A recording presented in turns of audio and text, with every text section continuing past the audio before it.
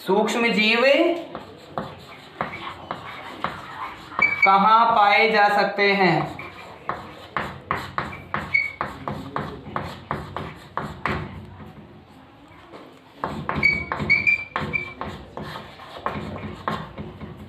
तो इस क्वेश्चन का आंसर हो सकता है सूक्ष्म जीव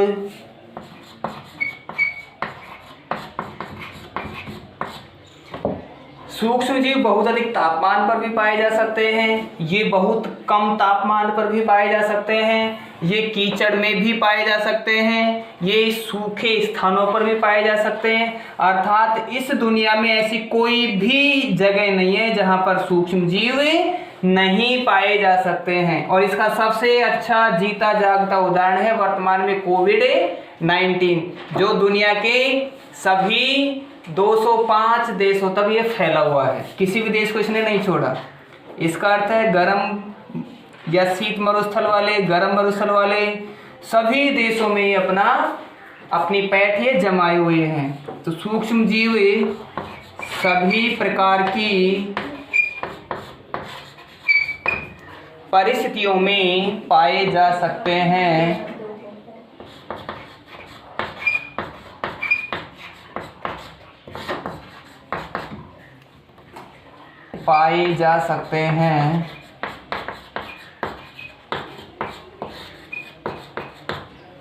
ये उच्च तापमान से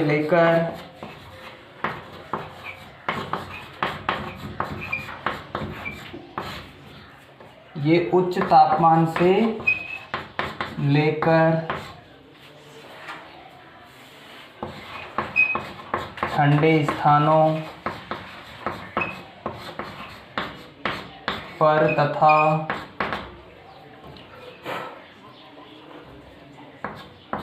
जलीय क्षेत्रों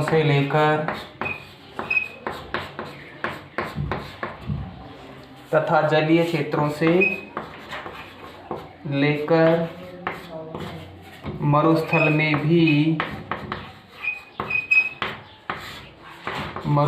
एवं दलदल में भी पाए जा सकते हैं।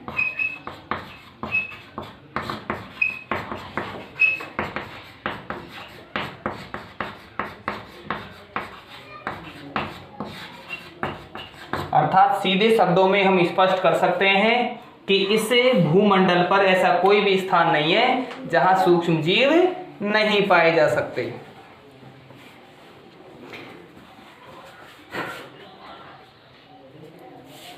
आगे नेक्स्ट टॉपिक है सूक्ष्म जीवों की भूमिका।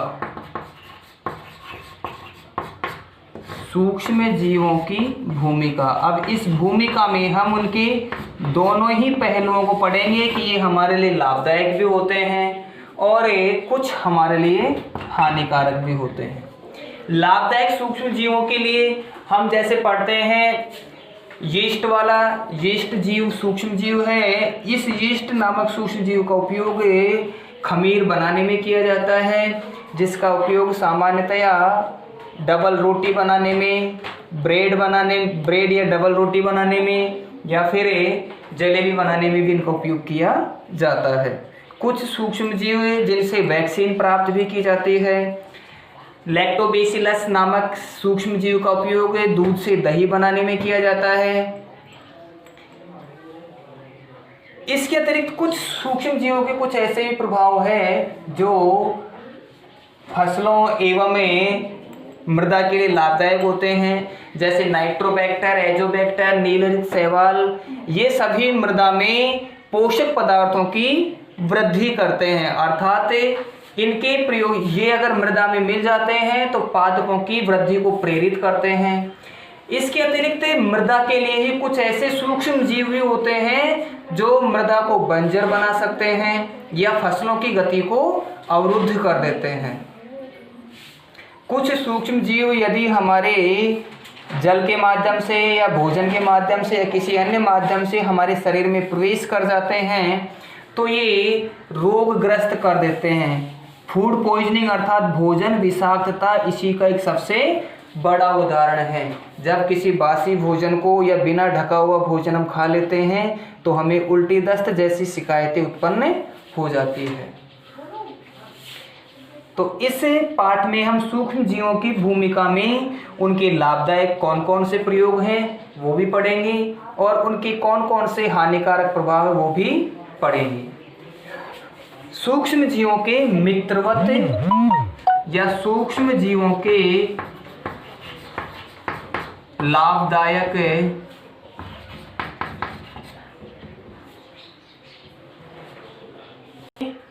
लाभदायक उपयोग या मित्रवत सूक्ष्म जीव।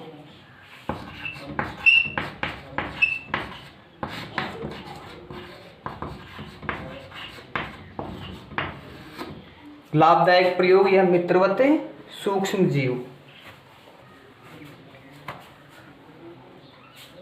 तो इसमें हम लिखेंगे प्राचीन काल से ही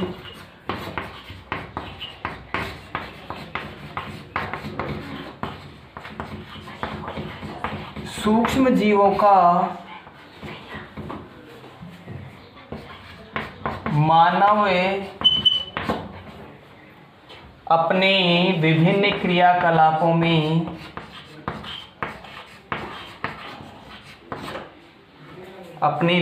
क्रियाकलापों में प्रयोग करता रहा है।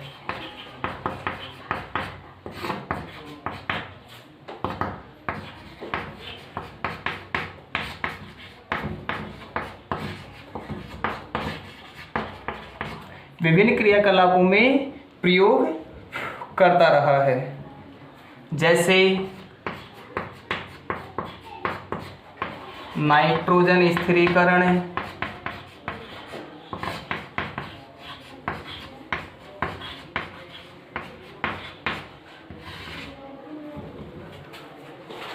अपशिष्ट का निष्पादन,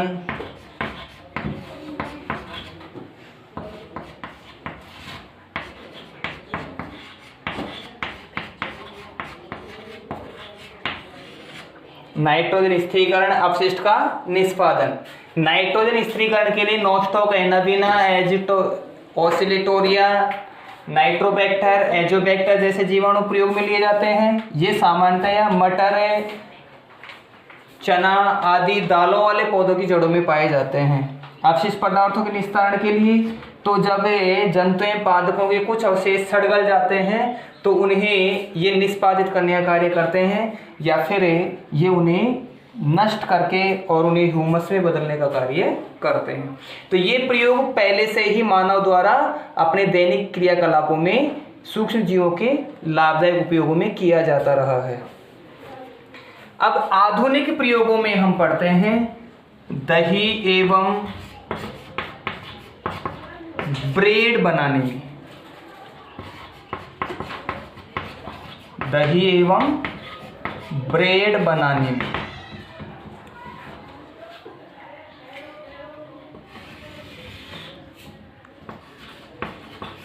दही में लैक्टोबैसिलस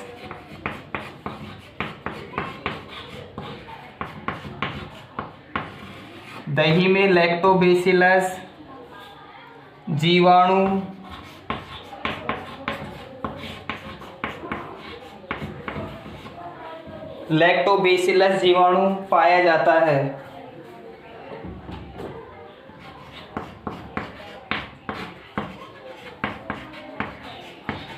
यह दूध का किण्वन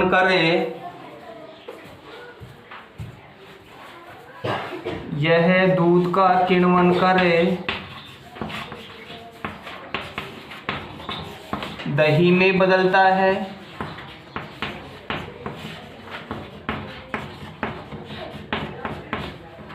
दूध का किण्वन कर दही में बदलता है तथा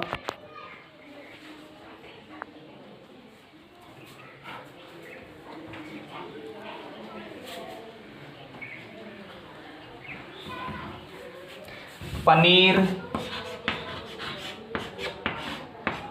अचार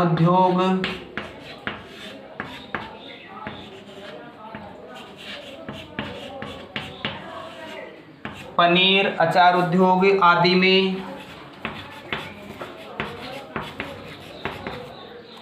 प्रयोग लिया जाता है।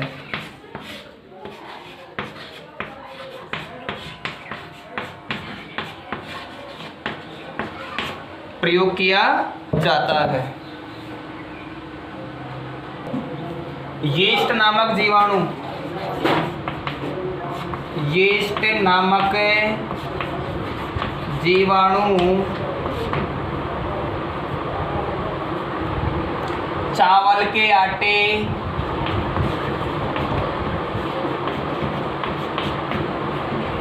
मैदा आदि का किण्वन करके या किण्वन कर देता है, जिससे ब्रेड, इडली, डोसा तथा जलेबी बनाई जा सकती है।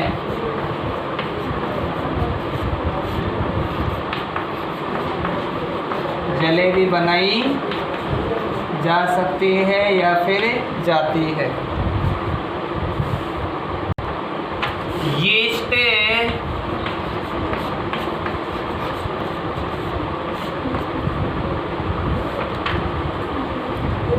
मैदा को किस प्रकार, यीस्ट मैदा को किस प्रकार किण्वित करता है, यीस्ट मैदा को किस प्रकार किण्वित करता है। आंसर में हम लिखते हैं जब मैदा में यीस्ट पाउडर, यीस्ट एक प्रकार का कवक है, इसे खमीर भी कहा जाता है। यीस्ट पाउडर घोला जाता है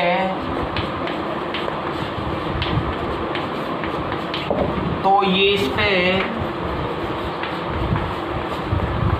तेजी से गुणन करे, अर्थात तेजी से वृद्धि करने लग जाती है। तेजी से गुणन करे, वृद्धि करते हैं, जिससे मैदा का आयतन बढ़ जाता है।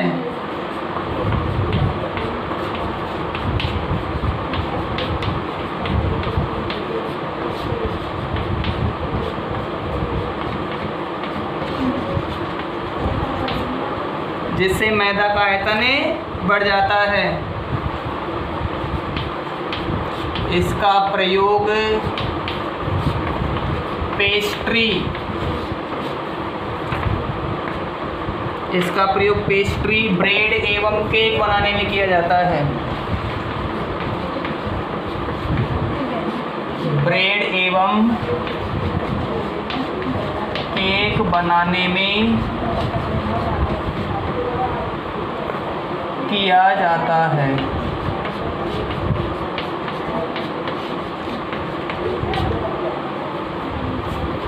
ये मैदा के पाउडर को घोलकर हमें उसमें यीस्ट पाउडर मिला देते हैं। यीस्ट पाउडर को जब डाला जाता है तो यीस्ट तेज़ी से गुणन करते हैं और गुणन की प्रक्रिया में ये लगातार वृद्धि करते जाते हैं।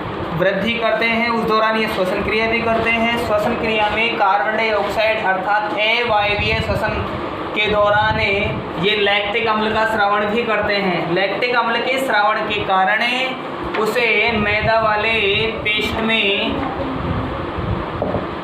स्वाद बढ़ जाता है और कार्बन डाइऑक्साइड की उपस्थिति के कारण वह फूलने लग जाती है। अब है सूक्ष्म जीवों का वाणिज्यिक उपयोग। वाणिज्यिक यानी औद्योगिक रूप से। सूक्ष्म जीवों का वाणिज्यिक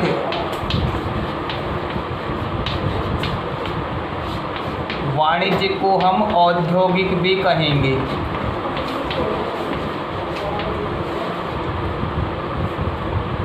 उपयोग।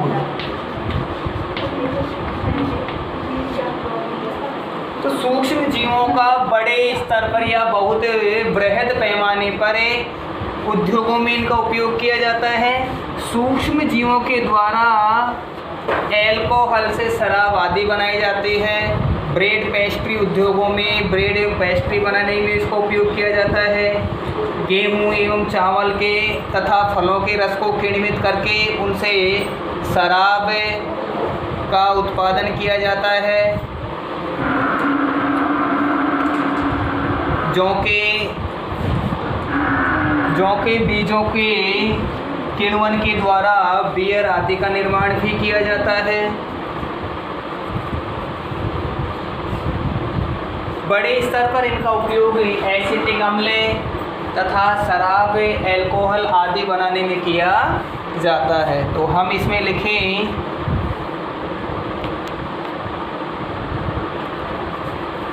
सूक्ष्म जीवों का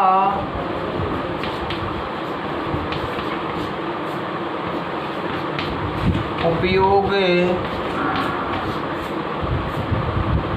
एल्कोहल वर्तमान में जो सैनिटाइजर प्रयोग में लाए जा रहे हैं उनमें एल्कोहल ही होता है। कम से कम 70% एल्कोहल होता है, वो सैनिटाइजर ज़्यादा प्रभावी होते हैं।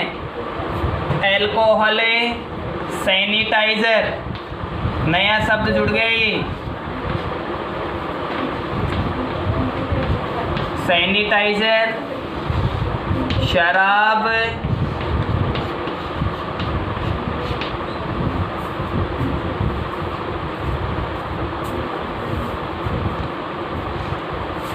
तथा एसिटिक अम्ल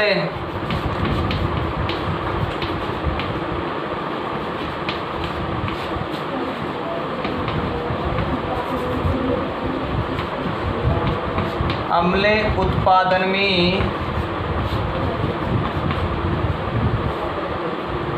किया जाता है।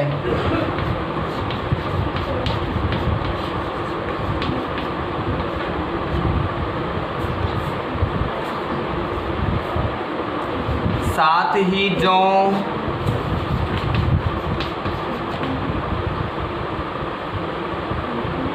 गेहूं,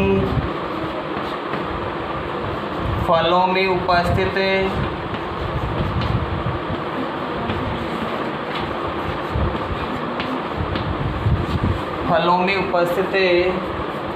प्राकृतिक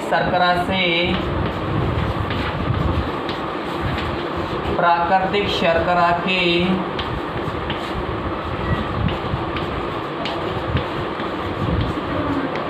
किण्वन से एल्कोहल बनाया जाता है।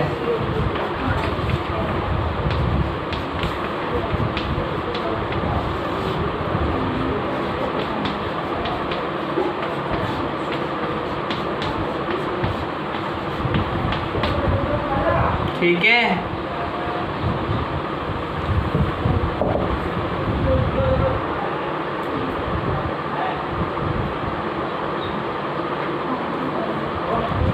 हम किण्वन को परिभाषित करते हैं कि किण्वन क्या है। किण्वन क्या है?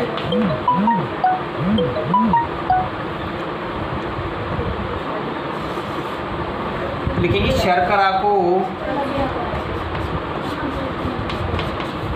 सूक्ष्म जीवों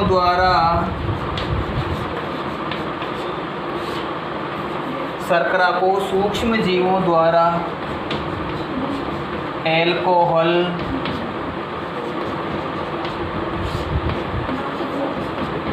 एल्कोहल में बदलने की क्रिया किण्वन कहलाती है।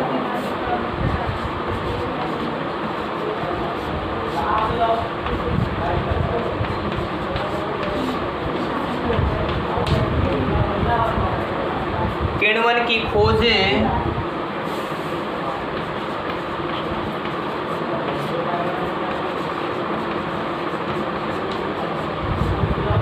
1857 में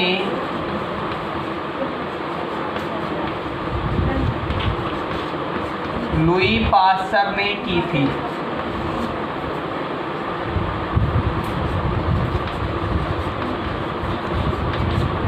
किण्वन की खोज 1857 में लुई पास्चर ने की थी।